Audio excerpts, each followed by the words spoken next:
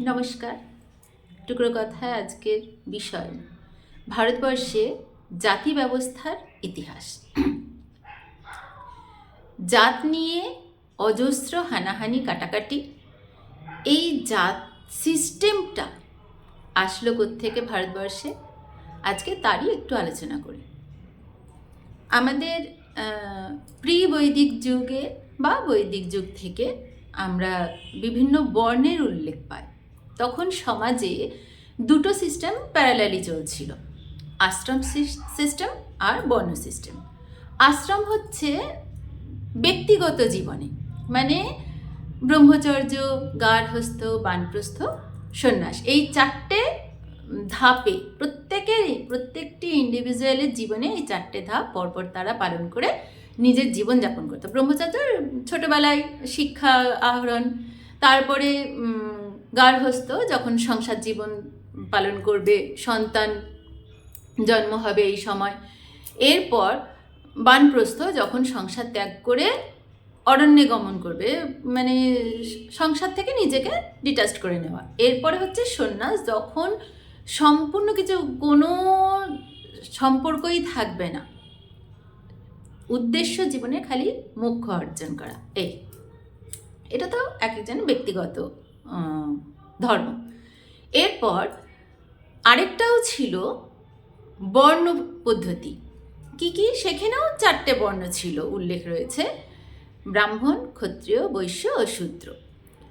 তো শুরু যখন, মানে প্রি বৈদিক যুগ, বৈদিক যুগ মানে রামায়ণ মহাভারতের যুগ, তারপরে বৈদিক যুগে বেদের বিভিন্ন ঋগ্বেদ, সামবেদে আমরা যা উল্লেখ পাই, তার থেকে আমরা চারটে বর্ণই প্রধান পেয়েছি, এই ব্রাহ্মণ, ক্ষত্রিয়, বৈশ্য, শূদ্র।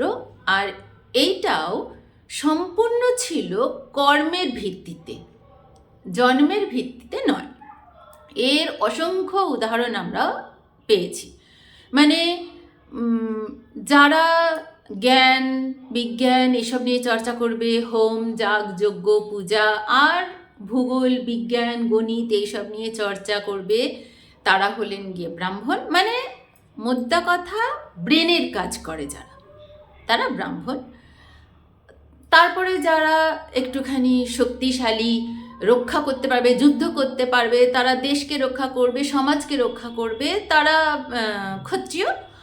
এরপর যাদের ব্যবসার খুব ভালো, সকলে বুদ্ধি থাকলেই যে ব্যবসা করে তা তো নয়, যে জ্ঞান অর্জন করছে, বিজ্ঞান জ্ঞান চর্চা করছে, সে পয়সা রোজগারের দিকে ধ্যানই দিতে পারছে না, তাহলে এইটাও তো, আর্থিক দিকটাও তো সমাজের খুব দরকার। যারা এই দিকটাই দক্ষ হলো, তারা বৈশ্য। আর একটা শ্রেণীর মানুষ যারা এই তিনটেই তারা অত এক্সপার্ট নয়, তাহলে বাকি যা কাজগুলো তারা হচ্ছে, তারা শূদ্র।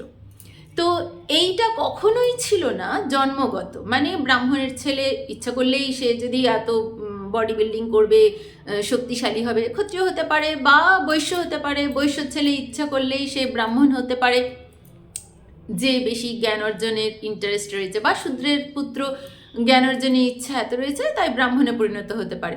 আমরা দেখেছি বেদব্যাস দাসীপুত্র, মানে শূদ্রের পুত্র, তিনি কিন্তু ব্রাহ্মণ মহর্ষি হয়েছেন।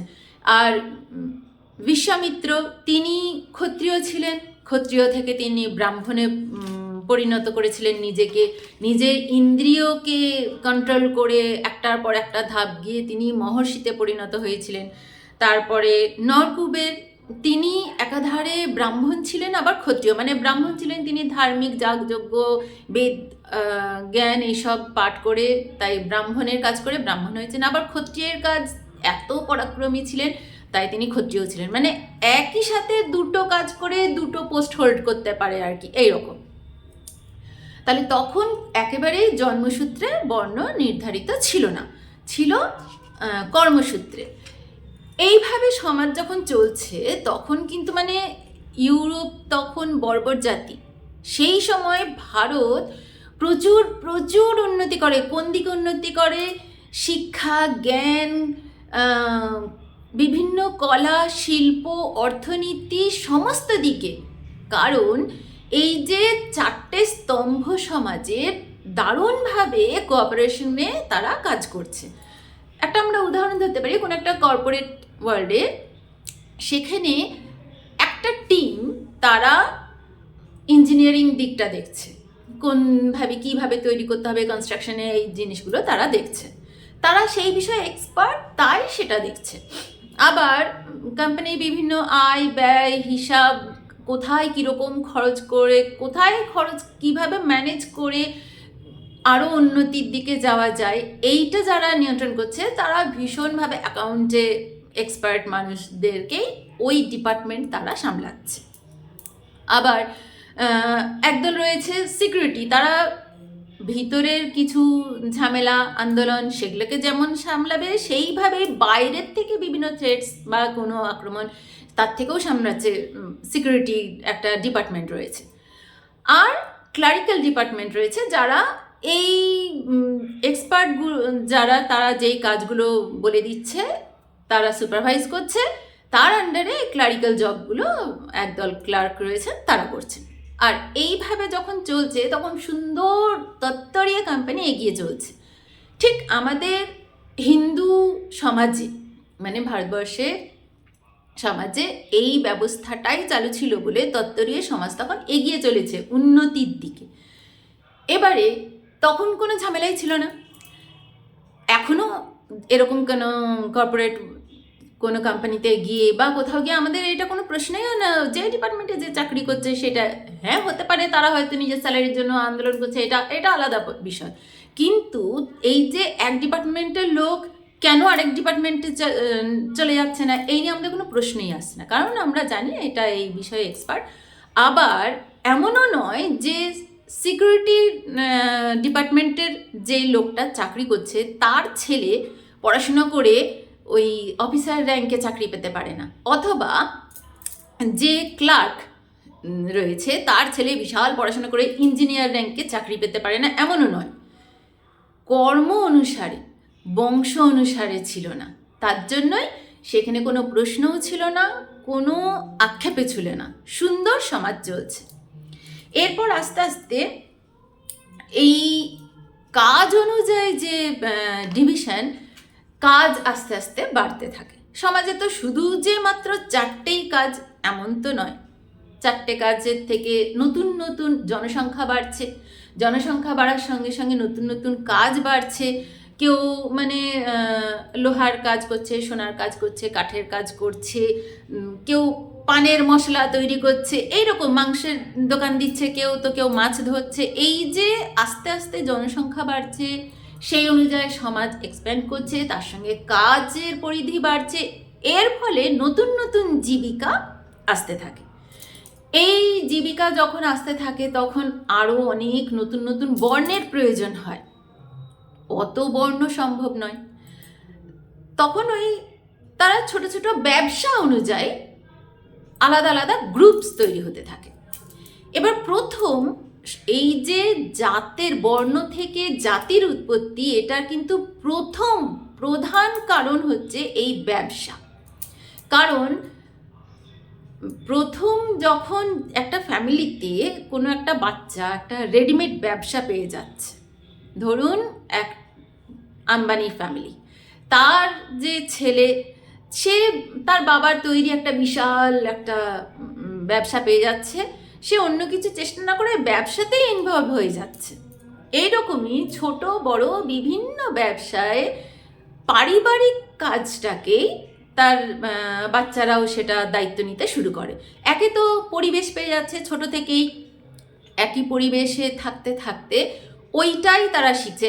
যেরকম ধরুন কোনো একটা ফ্যামিলিতে সবাই ডাক্তার, বাবা ডাক্তার, মা ডাক্তার, তাহলে কোন লাইনে পড়লে সে ডাক্তারি চান্স পাওয়া যায় বা কোন সাবজেক্টে বেশি দখল থাকতে হবে, সেইটাই যখন বাবা মাটি তাদের সন্তানকে পড়ায় তখন আপসেই, যেহেতু তারা সেইটাই বিশেষজ্ঞ, সেটাই পড়াতে থাকে।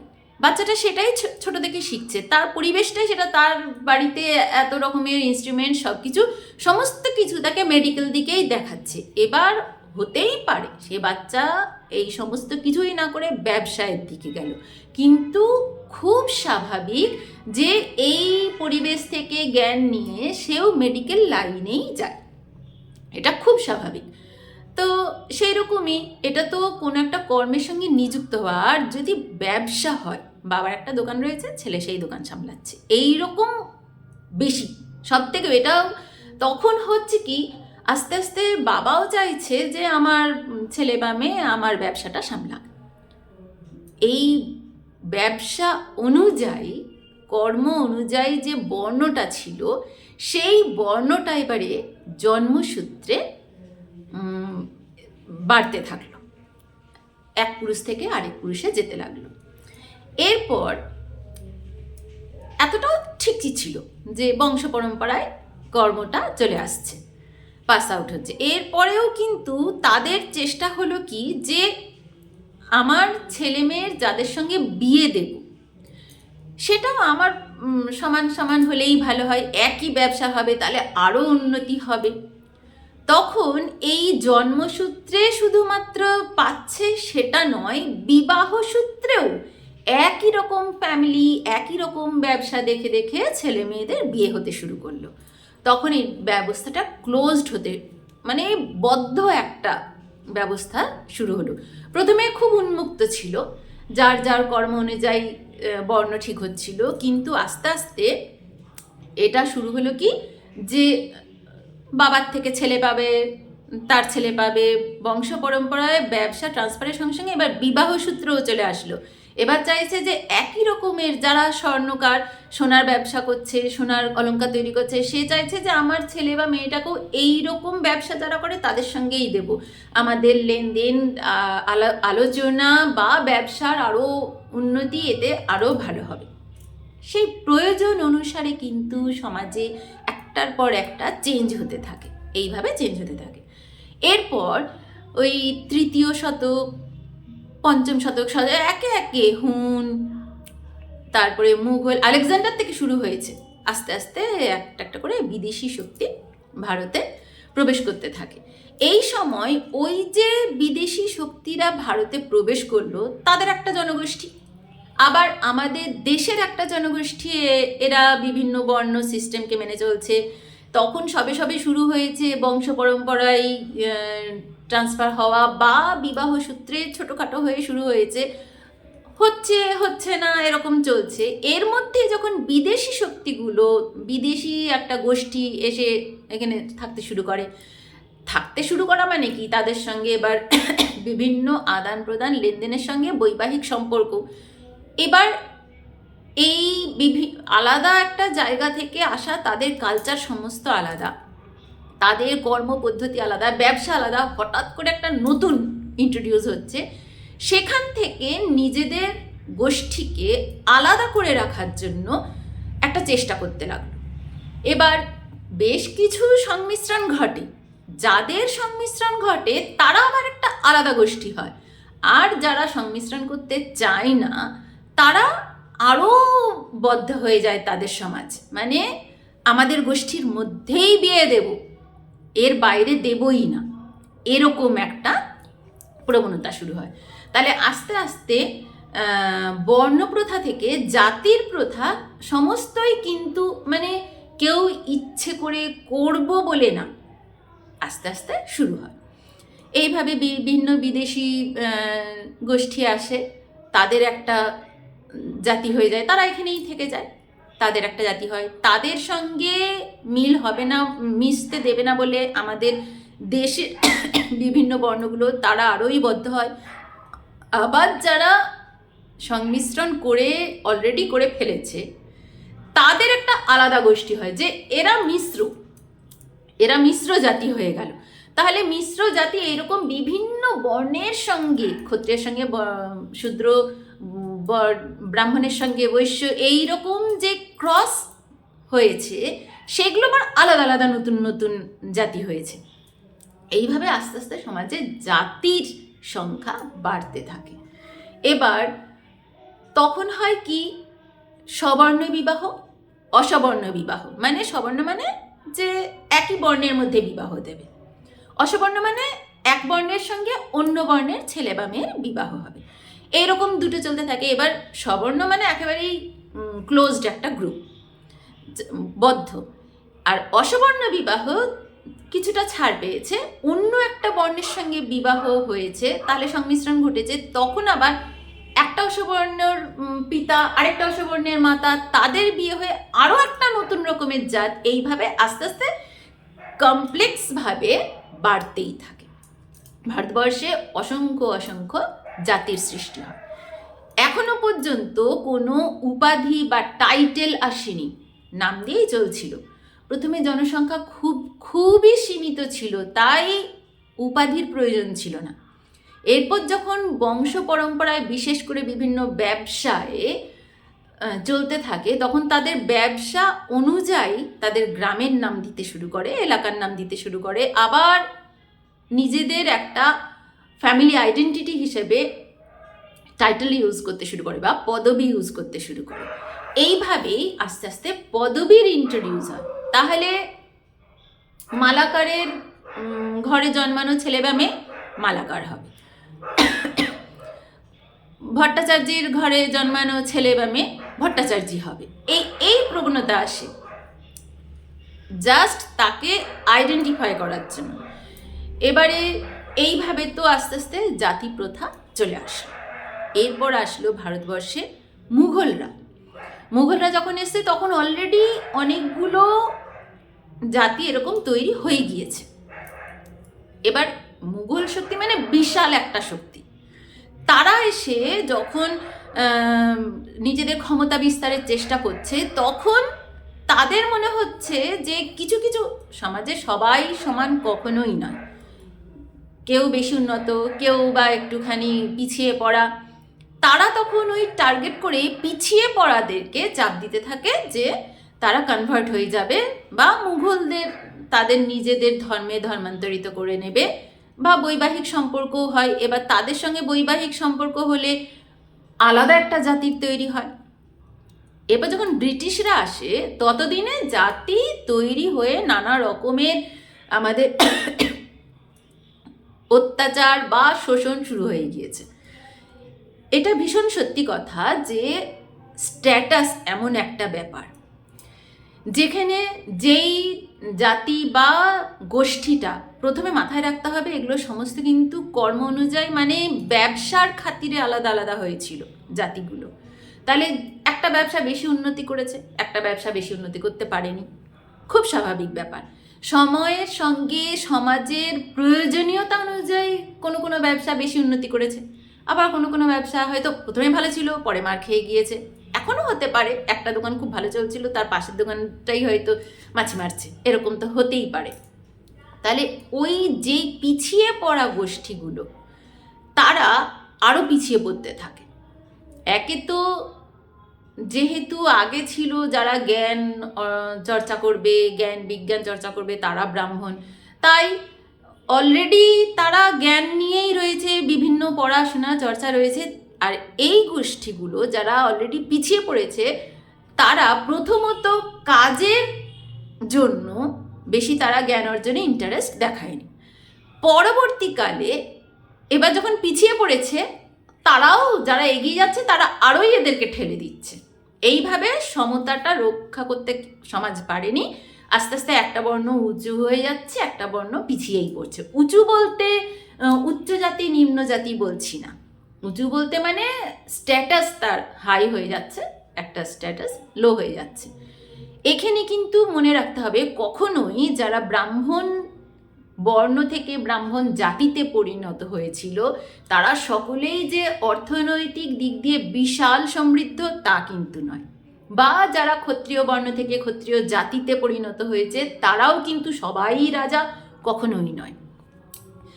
কিন্তু একটা মেজর গোষ্ঠী, তারা যাদের হাতে অর্থটাও বেশি, তারা এটা কন্ট্রোল করতে লাগলো। নিজের যখনই ক্ষমতা চলে আসে, সেই ক্ষমতার আসার সাথে সাথেই আমাদের সেই ক্ষমতাকে অপব্যবহার করার একটা প্রবণতা আসে সব মানুষের। তাই তখন সমাজে ব্রাহ্মণ ক্ষত্রিয় যারা, এরা এমনভাবে প্রকাশ করতে লাগলো নিজেদের, আমরা উচ্চ জাতি। উচ্চ জাতি মানে শুধুমাত্র পয়সাই উঁচু সেটা বলছে না, আমরা মর্যাদাই উঁচু। এই বলে একটা একটা সম্প্রদায়কে তারা অবহেলা করতে থাকে। প্রথমে কিন্তু অবহেলিত করব বলে ছিল না, আস্তে আস্তে সেটা সমাজে শুরু হয়ে যায়। এবারে ব্রিটিশরা আসার পর তারা ভারতবর্ষের প্রাচীন ইতিহাস তখন কিন্তু তারা জানেও না, জানার তাদের কোনো ইন্টারেস্টও নেই। তাদের কাজ চালানো, একটা কলোনি গঠন করার জন্য যেটুকুনি জানলেই নয় সেটুকুই জানবো, তৎকালীন যে ভাষা চলছে সেই ভাষাটা শিখলেই হবে, প্রাচীন ভাষাতেও ইন্টারেস্ট নেই, কিছু নেই। তাই এই সমাজ যখন প্রচণ্ড উথাল পাতাল যাচ্ছে, পরপর অনেকগুলো বৈদেশিক শক্তি হামলা হয়েছে, সেইখান থেকে নিজেদের আক্রমণ মানে বাইরের আক্রমণ থেকে রক্ষা করার জন্য তার মধ্যে নিজেদের মধ্যে ছোট বড় বিভিন্ন জাতির একটা অশান্তি সৃষ্টি হয়েছে, সেইটা বাঁচার জন্য মানুষ আগে কি সিস্টেম ছিল, কি হিসাবে চলছিল, এইসব কারোর মাথাতেই নেই বা মনে রাখার প্রয়োজনই নেই। আমরা সম্রাট অশোকের কথা এত ভালোভাবে ইতিহাসে পড়ছি, জানছি। 1830 সালের আগে সম্রাট অশোক একজন ম্যাথোলজিক্যাল কিং ছিল, বৌদ্ধ ধর্মে বর্ণিত একজন মানে পৌরাণিক কাহিনীর রাজা হিসেবে তিনি চিহ্নিত ছিলেন। উনি যে সত্যিই একজন ইতিহাসের পাত্র তাই জানতাম না, কেউ বিশ্বাসও করতেন না। তারপরে আস্তে আস্তে 1833-এর পর থেকে আমরা জানতে পারি যে না, প্রিয়দর্শন বলে একজন রাজা ছিলেন, তার আসল নাম অশোক। এরপরে আস্তে আস্তে উদ্ঘাটন হয়। তাহলে তার আগের বৈদিক যুগে, প্রি বৈদিক যুগে কি কাস্ট সিস্টেম ছিল, কি বর্ণ সিস্টেম ছিল, এটা জানার কোনো তাগিদই ছিল না কার। তাই আস্তে আস্তে পুরনো সমস্ত সিস্টেম ভুলে গিয়েছে। এবার এটা সময়ের চক্রে আস্তে আস্তে একটা শ্রেণী যখন ক্ষমতাশালী হয়ে যাচ্ছে, অন্য একটা সম্প্রদায়কে দমিয়ে দিচ্ছে। এরপর বিভিন্ন রকমের এই ব্রিটিশরা আসার পর ওই যে নিম্ন বর্ণের রয়েছে তাদেরকে রুল করা বা তাদের ওপর ছড়ি ঘোরানো আরও সহজ হয়ে গেল তাদের। এবার শুধুমাত্র যে ব্যবসা করতে এসেছে ব্রিটিশরা, তাদের সঙ্গে কিছু খ্রিশ্চান মিশনারিজরা আসলো। এবার এসে তারা এই সমস্ত মানুষকে দেখে এরা দলিত বলে তাদের চিহ্নিত করতে লাগলো। তাদের জন্য, তাদের উন্নতির জন্য কিছু সমাজে রিজার্ভেশন, মানে এদের শিক্ষা দিতে হবে বা অন্যান্য বিভিন্ন জায়গায় কর্পোরেট রিজার্ভেশনের ব্যবস্থা হয়। প্রথম ওই 1882 সালে রিজার্ভেশন বা কোটা সিস্টেম চালু হয়। 1882 সালে উইলিয়াম হান্টার এবং জ্যোতিরাও ফুলে তিনি করেন। তারপর 1902 সালে কোলাপুরের মহারাজ শাহু, মানে প্রথমেই কিন্তু 1950 সালে যে প্রথম এসেছে রিজার্ভেশন তা কিন্তু নয়, ধাপে ধাপে একটু একটু করে আসছে। এরপর 1921 সালে মহীশূরে, 1933 সালে রামসে ম্যাকডোনাল্ড উনি একটা কমিউনাল অ্যাওয়ার্ড হিসেবে এটাকে দেন। কীরকম অ্যাওয়ার্ড? 8.2% রিজার্ভেশন, মানে একদম পাকাপাকি একটা 8.2% রিজার্ভেশন ইন সিভিল সার্ভিস তখন আসে। তারপর তো দেশ স্বাধীন হয় 1950 সালে। বাবা আম্বেদকরের সংবিধানে প্রথম পিছিয়ে পড়া জাতিদের জন্য রিজার্ভেশন, তাও তখন বলেছিলেন 10 বছরের জন্য। এটা একটা মানে এক্সপেরিমেন্টের জন্য, যে তাদেরকে দিয়ে সমাজে সমতা আনার জন্য সেটা চালু হয়। তখন ভীষণভাবে প্রয়োজন ছিল সমাজের, সত্যি কথা। এখনও এত বছর হয়ে গেল, 10 বছর পরেও আমরা কিন্তু সেই সিচুয়েশন থেকে ওভারকাম করে আসতে পারলাম না। এখনও যারা পিছিয়ে রয়েছে তারা পিছিয়েই রয়েছে, যারা এগিয়ে রয়েছে তারা এগিয়েই যাচ্ছে, এরকম একটা ধারণা হয়ে গিয়েছে। তাহলে রিজার্ভেশন সিস্টেমটাতে কোথায় যেন একটা গলদ থেকে গিয়েছে।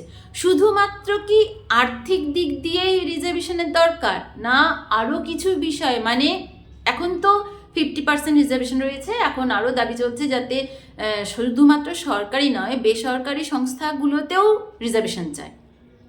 তাহলে আর রিজার্ভেশন দিয়েও সমান আমরা হতেই পারছি না।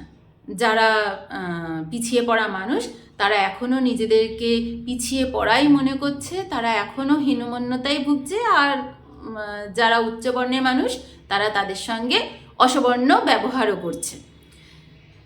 তাহলে এইটা তো ধারণা যে রিজার্ভেশন দিলে এটা ঠিক হবে।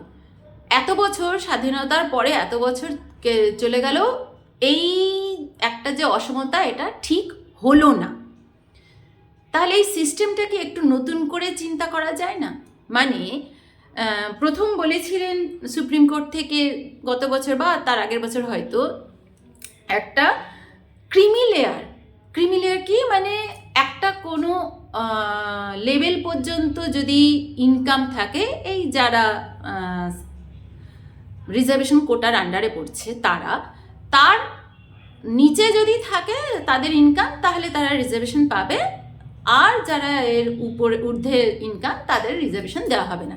এটা কিন্তু সকলে মেনে নেয়নি যে না, রিজার্ভেশন মানে সকলেই রিজার্ভেশন পাবো, মানে একটা লেভেল পর্যন্ত ইনকাম যদি হচ্ছে সে হলেও পাবো না হলেও পাবো। তার মানে কি, এই ফ্লেক্সিবিলিটিটা তারা চাইছেই না। যে আমি পিছিয়ে রয়েছি, আমাদের তো শুনে খুব ভালো লাগলো যে আগে ছিল কর্ম অনুযায়ী, এখন হয়ে গিয়েছে বংশ অনুযায়ী। আগেরটা খুব ভালো সিস্টেম ছিল যে ব্রাহ্মণের ছেলে যদি পড়াশোনা না করে যুদ্ধ করতে পছন্দ করে সে ক্ষত্রিয় হয়ে যেতে পারে, বা শূদ্রের ছেলে বিভিন্ন ব্যবসায় এত বুদ্ধি করে সে বৈশ্য হয়ে যেতে পারে। কিন্তু এখন সেটা হচ্ছে না, তাই আমাদের এটা খুব খারাপ সিস্টেম, আগের সিস্টেমটাই ভালো ছিল। তাহলে আমরা যদি এখন এই সিস্টেমটা করি যে যেই শিডিউল কাস্ট শিডিউল ট্রাইব রয়েছে, এই শিডিউল কাস্ট শিডিউল ট্রাইব কিন্তু দেশ স্বাধীন হবার আগে ছিল না, এটা পরবর্তীকালে হয়েছে। 1950 সালে যখন হয়েছে তখন এই নতুন এইটা ইন্ট্রোডিউস হয়েছে। তার আগে কিন্তু শিডিউল কাস্ট শিডিউল ট্রাইব বলে কিছু ছিল না। 341/1 যে নিয়ম রয়েছে তাতে প্রেসিডেন্টকে, আর 341/2 এই ক্ষমতা দেওয়া হয়েছে পার্লামেন্টকে যে কোনো একটা জাতিকে শিডিউল কাস্ট বা শিডিউল ট্রাইব বলে ঘোষণা করতে পারে। তবে যাই হোক, এইরকম বিভিন্ন জাতি বর্ণ আসার পরে যখন এই কর্ম অনুযায়ী আমরা বলছি খুব ভালো সিস্টেম ছিল, এখন বাজে, তাহলে মনে হলো যে আমি এখন কোনো শিডিউল কাস্ট বা শিডিউল ট্রাইবের আমি এখন পড়াশোনা করে অনেক উন্নতি করেছি বা কোনো ভালো পোস্ট আমি হোল্ড করছি, তাই আমি এখন আর শিডিউল কাস্ট বা শিডিউল ট্রাইব থাকবো না, আমি ব্রাহ্মণ বা ক্ষত্রিয় বা অন্য কোনো বর্ণে আমি নিজের নামটা চেঞ্জ করে নেব। বা ঠিক উল্টোটা, কোনো ব্রাহ্মণ বা ক্ষত্রিয় মনে হচ্ছে যে সত্যি এত বছর আগে, 200 বছর বা 300 বছর আগে আমাদেরই পূর্বপুরুষরা এই আমাদের সমাজের এত মানুষকে এত অত্যাচার করেছে, হেয় করেছে, ছোট করেছে, খুব বাজে কাজ করেছে, তাই আমি তাদের কাজকে মোটেও সাপোর্ট করছি না, আমি তাই নিজেকে ব্রাহ্মণ রাখতে চাইছি না, আমিও এনাদের মতোই শিডিউল কাস্ট বা শিডিউল ট্রাইব হয়ে যাব আজ থেকে। এইরকম কি আমরা করতে পারি? তাহলে তো আর প্রাচীন যুগের এত ভালো ছিল এখন খারাপ এটা আমরা আর বলতে পারবো না। সেখানে তো আমরা মান্যতা পাচ্ছি না। আমি কি ইচ্ছা করলেই আমি আমার জেনারেল কাস্টের এই পদবিটা ছেড়ে কোনো শিডিউল কাস্ট শিডিউল ট্রাইব বা ওবিসি হয়ে যাব? হতে পারবো না। বা কেউ OBC schedule caste schedule tribe রয়েছে, সে মনে করলো যে আমি তো এখন পড়াশোনা করেছি, এত ভালো ডাক্তার বা ইঞ্জিনিয়ার বা কিছু যা কিছু হোক, সায়েন্টিস্ট হয়েছি, তাহলে আজ থেকে আমি আর শিডিউল ট্রাইব বা শিডিউল কাস্ট থাকবো না, আমি জেনারেল হোল্ড করবে, এরকম জেনারেল ক্যাটাগরি যে কোনো একটা গ্রুপে আমি ঢুকে যাব। সেটাও তার ইচ্ছাও নেই। কিসের জন্য?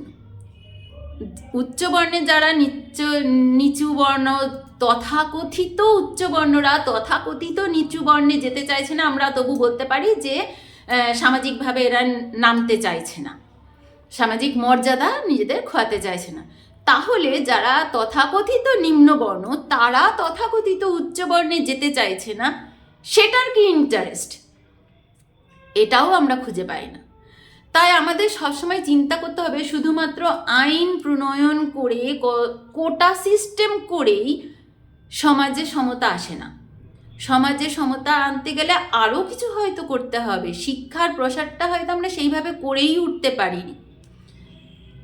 কোটা রাখতে হবে। যারা পিছিয়ে পড়েছে, অনেক অনেক পিছনে রয়েছে, মানে এমনও রয়েছে ভীষণ অর্থনৈতিকভাবে পিছিয়ে পড়া, তারা কোন জাতি ধর্ম সেটা মানে দেখারই দরকার নেই, তারা তো অনেক কিছু জানেই না, কোন লাইনে পড়াশোনা করবে, তার কিসে ইন্টারেস্ট, কিভাবে করলে কোন কাজটায় সে দক্ষ হবে, এটা তাদের জানাই নেই। তাহলে তাদেরকে একটুখানি হয়তো যে কীরকম কোটা দিলে তাদের সুবিধা হবে, কাউকে সময় দিতে হবে বেশি, কাউকে এই জ্ঞানের পরিসরটা লাইন কোন কোন লাইন রয়েছে খোলা, এই জ্ঞানের পরিসরটা কাউকে দিতে হবে, কাউকে হয়তো একবার চান্সের জায়গায় 3বার চান্স দিতে হবে পরীক্ষা দেওয়ার। এক একজনের ক্ষেত্রে এক এক রকম। এইটাই বা ঠিক কিভাবে হবে এটা সরকার ঠিক করবে, আমাদের বিচার্য ব্যবস্থা নয়। নিশ্চয়ই সেখানে অনেক এক্সপার্ট রয়েছে, তারা বিচার ব্যবস্থা করছেন।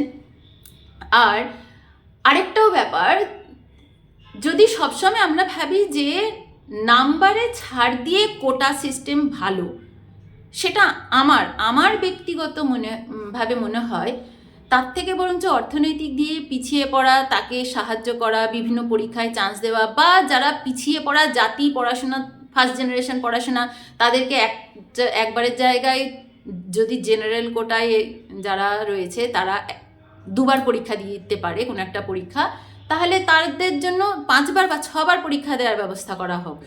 তবুও যেন একেবারে কম নাম্বার পেয়ে চান্স পেলো, তাহলে তো অযোগ্যের জায়গা হয়ে যাবে। আর সেও তো নিজে ভাববে যে আমি তো যোগ্য নই, আমি ঠিক নিজেকে মানাতে পারছি না। অন্য লোকে তাকে অ্যাকসেপ্ট করাতে কেউ নিজেও সেই পরিবেশের সঙ্গে মানে মিলতে পারবে না। সে আগে থেকেই জানে আমি অযোগ্য, এই ভাবটাই তাকে সকলের সঙ্গে মিশতে দেবে না। তার থেকে বরঞ্চ প্রথম 1বার পরীক্ষা দিয়েছি, আমি যোগ্যতা প্রমাণ করতে পারিনি, 2য়বার 3য়বার 4থবার নিজেকে প্রিপেয়ার করার একটা টাইম সে বেশি পাক। এটাও তো একটা কোটা হতে পারে যে আরও বেশিভাবে পেয়ে এরপর সে চান্স পেয়ে একই যোগ্যতা দেখিয়ে তখন সকলে মিলে পড়াশোনা করছে। এই যে যোগ্যতার লেভেলটা তখন কমবে না, তখন কিন্তু দেশের বিভিন্ন দিকে উন্নতিটাই স্বাভাবিক। ডাক্তার, ইঞ্জিনিয়ার, গবেষক, বিভিন্ন দিকে নাম্বার কোনো ব্যাপারই থাকবে না তখন, কারণ কেউ বলবেই না যে ও কম নাম্বার পেয়ে এসেছে, বা আমারও মনে হবে না আমি কোটায় এসেছি, আমি কম নাম্বার পেয়ে এসেছি। এরকম এমন নয় যে যারা পিছিয়ে পড়া জাতি তারা সকলেই কম নাম্বার পায়।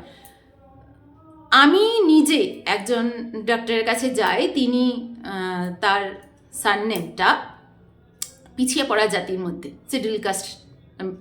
শিডিউল ট্রাইবের একজন ডাক্তার, তাহলে তো শুনেই বলে দেবে যে শিডিউল ট্রাইবের ডাক্তার, তাহলে বোধহয় এ ভালো না, কোটার ডাক্তার। কিন্তু আমি নিজে পার্সোনালি বলছি, আমার এত পছন্দ, একটা রুগী ডাক্তারকে দেখে তো একটা আত্মসন্তুষ্টি হয় না, যা আমার খুব ভালো দেখেছেন, বা আমার খুব ভালো লাগে উনি আমার সঙ্গে এইভাবে ইন্টারাক্ট করেন, এইভাবে বুঝিয়ে আমার প্রবলেমগুলো শুনে আমাকে ব্যাখ্যা করে বলেন, আমি তাতে ভীষণ স্যাটিসফাইড। ওনাকে আমার সত্যি খুব খুব ভালো ডক্টর মনে হয়। তাহলে উনি তো যোগ্য একজন ডাক্তার, ওনার জাত ধর্ম সেখানে কিছুই না। তাহলে যখনই যোগ্য মানুষ আসবে তখনই কিন্তু সেই ফিল্ডের আরও উন্নতি হতে থাকবে। এটা যদিও সম্পূর্ণ আমার মতামত, এবার সকল এক্সপার্টিসরা রয়েছেন, তারা চিন্তা করবেন। তবে আমার উদ্দেশ্য ছিল কিভাবে বর্ণ থেকে জাতের বা এইসব বিভিন্ন ছোট জাত, বড় জাত, উচ্চ জাত, নিচ্চ জাত আসে, তার ইতিহাস তুলে ধরা, আমি তাই চেষ্টা করলাম। ধন্যবাদ।